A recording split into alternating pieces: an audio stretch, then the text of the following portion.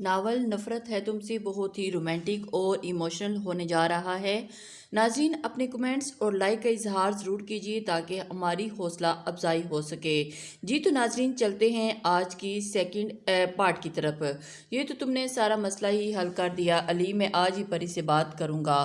घर आए तो परिहा खाना बना चुकी थी। परिहा ने बहुत कम उम्र में ही खाना पकाना सीखा था, क्योंकि अहमद साहब बाहर का खाना पसंद नहीं करते थे। परिहा ने बचपन में देखा था सारा घर का काम मासी करके जाती थी, मगर खाना उसकी माँ ही बनाती थी। उनके जाने के बाद वो लोग कुक के हाथ का खाना बना पसंद पे मजबूर थे, मगर अहमद साहब को कुक का खाना पसंद नहीं था।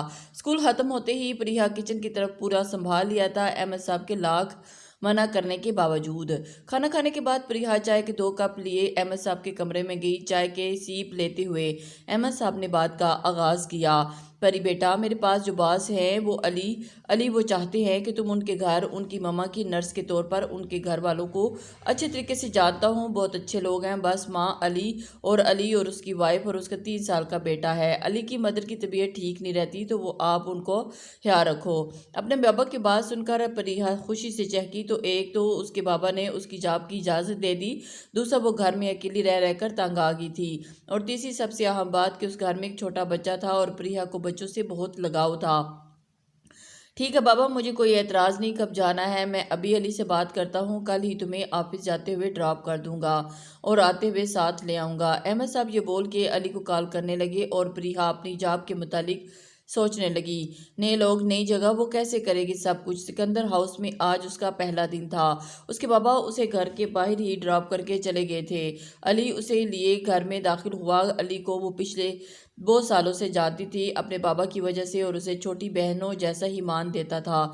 घर में कदम रखते ही प्रिया घर की सजावट और खूबसूरती देखकर दंगी रह गई। घर की सजावट और नफासत घर वालों के आला ज़ौक़ का मुंह बोलता सबूत था।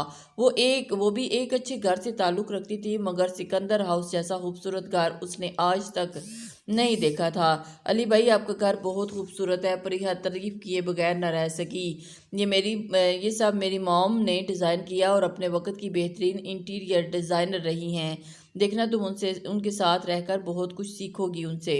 अली ने खुशदिली से प्रिया को समझाया। लाउंज में ही उसे मनाल दिखी तो अली ने उसका तारुफ प्रिया से करवाया। अली, मनाल ये अहमद अंकल की बेटी है। प्रिया और परी ये मेरी होम मिनिस्टर है मिनाल। अली शरारत से मिनाल का तारुफ करवाने लगा तो वो मुस्कुरा दी। हूँ तुम्हारे बारे में परी, अली ने बहुत कुछ बताया मुझे। क्या वाकई? प्रिया को हैरत से ने आन घेरा। क्या उसका जिक्र भी कोई करता है, वो भी इतने शानदार घर में? हाँ बिल्कुल, वैसे तुम्हारा नाम भी बहुत प्यारा है प्रिया, जैसे तुम बहुत प्यारी हो। मिनाल ने दिल में प्रिया की तारीफ की। आओ मैं तुम्हें मामा से मिलवाऊं, यकीन है तुम उन्हें बहुत अच्छी लगोगी। मनाल प्रिया को लिए महताब बेगम के कमरे में चली गई, जबकि अली सबको खुदा हाफिज कहता ऑफिस के लिए रवाना हो गया। कमरे का दरवाज़ा खोला तो सामने ही एक नफीस सी खातून हाथ में तस्बीह लिए कुछ विर्द कर रही थी। प्रिया ने उन्हें सलाम देख के सलाम किया। अस्सलाम वालेकुम। प्रिया के सलाम करने पर महताब बेगम सामने प्यारी सी लड़की को देखा जो कुछ नर्वस सी लग रही थी। मम्मा, ये प्रिया है, अहमद अंकल की बेटी, ये एक नर्स भी है और अब से ये आपकी देखभाल किया करेगी। मनाल ने प्रिया का तारुफ करवाया तो माँ बेगम ने प्रिया को अपने पास आने की इशारा किया। प्रिया थोड़ा झिझकते हुए आगे बढ़ी और अपना सर उनके आगे झुका लिया दुआएं लेने के लिए। प्रिया का अंदाज देखकर महताब को इस पे बहुत प्यार आया। आजकल की नस्ल तो अपने बड़ों के आगे सर झुकाना ही नहीं जानती, और ये कम उम्र लड़की में कितना सलीका है। प्रिया नाम है तुम्हारा? महताब बेगम ने अंदाज बात का आगाज़ किया। जी, बहुत प्यारा नाम है। किसने रखा? जी, वो बाबा ने रखा, वो मुझे प्यार से परी बुलाते हैं। प्रिया ने सर झुकाए ही जवाब दिया। महताब ने बेगम ने उसका झुका हुआ सर उठाया और वह समझ गई कि वो नई जगह पर थोड़ा सा घबरा रही है। बिल्कुल ठीक कहते हैं तुम्हें परी, तुम परी जैसी ही तो हो, हम भी तुम्हें परी कहकर ही बुलाएंगे।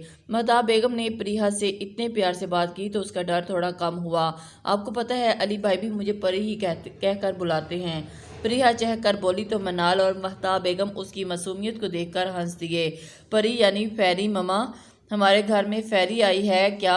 मनाल के पीछे ही किसी छोटे बच्चे की आवाज़ सुन के प्रिया पीछे मुड़ के देखने लगी।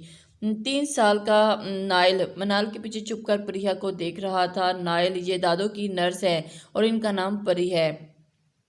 मनाल ने नाइल को परी से मिलवाया। मनाल पर प्रिया को यहाँ महताब की दवाइयों और डाइट के बारे में बताकर नाइल को लिए कमरे में चली गई, जबकि प्रिया अब महताब बेगम के साथ बातों में मगन होगी। प्रिया को सिकंदर हाउस में जॉब करते हुए 1 साल हो गया था। अब वो भी इसी घर का एक हिस्सा समझने लगी थी। मनाल और परी की दोस्ती भी गहरी काफ़ी हो चुकी थी और इसी दौरान अल्लाह ने मनाल और अली को एक और रहमत से नवाजा था। परिहा तो नाइल के साथ ही इतना खुश रहती थी और अब घर में एक और छोटे बच्चे की वजह से वो और भी ज़्यादा सिकंदर हाउस में रहना पसंद करती थी। महताब बेगम की तबीयत भी काफ़ी अच्छी बेहतरी आई। परी में कितना ही बचपना क्यों ना हो, महताब बेगम का बहुत ख्याल रखती थी। परी, मैं और अली मम्मा को डायलिसिस के लिए लेकर जा रहे हैं, क्या तुम नाइल का ख्याल रखोगी?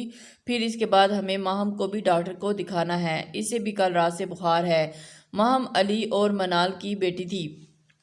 जी बिल्कुल भाई, आप फिक्र ना करें, आप मैम को ले जाएं और प्लीज़ जो दवाई ख़त्म होगी या उसकी लिस्ट भी मैंने बना दी है वो भी ले आइएगा। नाइल की आप फिक्र मत करें, इसका भरपूर ख्याल रखूंगी। परी ने मनाल को तसल्ली दी तो वो लोग चले गए। सब घर वालों के जाने के बाद प्रिया नाइल के साथ मसरूफ़ होगी। परी, मुझे बहुत भूख लगी है। नाइल ने परी से कहा, ठीक है मैं खाना लेकर आती हूँ, फिर आप खाना खा लेना। के लिए खाना लेने के लिए किचन की तरफ बढ़ी। 5 मिनट तक परी ना आई तो नाइल उसके पीछे किसी को वीडियो कॉल करने लगा। हाय चाचू, कैसे हो? मैं बिल्कुल ठीक हूँ। बुड्ढी बड़ी, तुम कैसे हो? आज इस वक्त कॉल की हैरियत है ना? हाँ हैरियत तो है। मम्मा पापा दादो को डॉक्टर के पास लेकर गए हैं, माहम को भी लेकर गए हैं। घर में बस मैं और परी हैं। नाइल ने तफसील बताई तो सामने वाला शख्स एकदम किसी के नाम पर रुक गया। क्या कहा तुमने? परी? ये परी कौन आ गई है चाचू? परी मेरी फ्रेंड है। सामने वाले शख्स को लगा परी कोई छोटी बच्ची होगी जो नाइल की ही हम उम्र होगी। जब उसने किसी की आवाज़ सुनी तो एक लम्हे के लिए खामोश हो गया। नाइल बेबी कहाँ हो आप? नाइल अपने रूम में जा चुका था तो परी भी उसके लिए जो प्राइस बना के लाई थी वो उसके कमरे में ही चली आई। कमरे में सोफे पर बैठा नाइल किसी से बात कर रहा था और परी जानती थी कि वो अपने रेहान चाचू से ही बात करता है। रेहान का जिक्र सिकंदर हाउस के लोगों से सुनती रहती थी जो कि लंदन में पढ़ रहा था और पाकिस्तान बिल्कुल नहीं आना चाहता था। आप यहाँ हो, मैं आपको ही ढूंढ रही थी। परी नाइल के सामने फ्राइज़ की प्लेट लेकर बैठ गई। ये लो ना नाइल, आपके लिए मैंने फ्राइज़ बनाए हैं, जल्दी से खा लो। खाना जो पक्का था वो आप खाते ही नहीं, इसीलिए ये बना दी। परी ने प्लेट नाइल की तरफ बढ़ा दी। नाइल के सामने बैठने की वजह से ना तो रेहान परी को देख सकता था ना ही परी रेहान को। हाँ मगर रेहान खामोशी से उसकी आवाज़ सुन रहा था। नहीं मुझे नहीं खानी, आप खिलाओगी? मैं चाचू से बात कर रहा हूँ। नाइल ने जिद की तो परी उसे समझाने लगी। नाइल आप तो बड़े हो ना, और याद है ना मम्मा आपको क्या कहती हैं, खुद अपने हाथ से खाया करो। नहीं मुझे आपके ही हाथ से खाना है, और मम्मा को कैसे पता चलेगा, वो तो यहाँ है ही नहीं। नाइल भी अभी जिद कर रहा था। मनाल की गैर मौजूदगी में वो ऐसे ही छोटी छोटी जिद्दें प्रिया से भी पूरी करवाता था। ठीक है लेकिन आखिरी बार ठीक है। परी ने भी उसे ज़्यादा नहीं टोका और उसे अपने हाथों से फ्राइज़ खिलाने लगी। रेहान को बस प्रिया का हाथ दिख रहा था, सफ़ेद खूबसूरत हाथ जिसमें प्रिया ने एक नाजुक सी अंगूठी पहनी हुई थी। बस रेहान और नाइल अपनी बातों में मसरूफ़ थे और परी नाइल को खाना खिलाने में मसरूफ़ थी। और इसी तरह नाइल और रेहान आपस में बातें कर रहे थे। आज नाइल की बर्थडे पार्टी थी जिसकी तैयारी ज़ोरों शोर से जारी थी और घर में सब खुश भी बहुत थे। और सिकंदर साहब के जाने के बाद ये पहली पार्टी थी जो सिकंदर हाउस में हो रही थी। उनके जाने के बाद तो घर में एक सन्नाटा सा ही छा गया था। सारा घर ही बर्थडे पार्टी के लिहाज से सजवाया जा रहा था। परी घर कब सजेगा? नाइल ने बेजारियत से कहा तो मनाल और परी दोनों उसकी तरफ मतवज्जो हुई। ऐसा क्यों कह रहे हो? मुझे तो लगा आप अपने लिए रखी पार्टी में तो आप बहुत खुश होंगे, लेकिन आपको तो ज़रा भी खुश नहीं है। मनाल ने नाइल से बेजार होने की वजह पूछी। मम्मा मैं खुश तो बहुत हूँ मगर अभी तो बोर हो रहा हूँ ना। नाइल ने मनाल और परी को मसूबिया से कहा तो मनाल ने परी से कहा वो इसीलिए बाहर लान में चली गई। परी इसीलिए लान में आ गई है और मैं उसके साथ आंख मचोली खेलने लगी। परी की आंखों पर पट्टी थी। वो नाइल को ढूंढते ढूंढते स्विमिंग पूल तक जा पहुंची मगर आंखों पर पट्टी होने की वजह से देख न पाई। दरवाजे से रेयान अंदर आया तो नाइल और उसकी तरफ भागा, बगैर परी को ये बताया कि वो पूल की तरफ जा रही है। रेयान ने जब परी को देखा तो बंद आंखों से पूल की तरफ बढ़ रही थी तो उसे पुकारने की बजाय खुद उसकी तरफ बढ़ गया। वो जो गिरने वाली थी, रेयान ने उसका हाथ पकड़ के गिरने से बचा लिया, मगर जैसे ही परी ने अपनी आंखों से पट्टी हटाई तो रेयान मानो वहीं जम सा गया और परी की तरफ कदम बढ़ाने पर उसका बैलेंस बिगड़ा और परी और रेयान दोनों ही पूल में जा गिरे।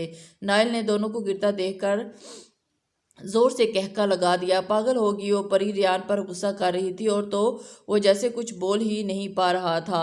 परी का साफ शफाफ सफेद चेहरा भीगता हुआ जो रेयान की आंखों झपकने भी ना दे रहा था, ऊपर उसकी नीली चमकती हुई आंखें जिसमें इस वक्त रेयान के लिए सिर्फ गुस्सा ही था।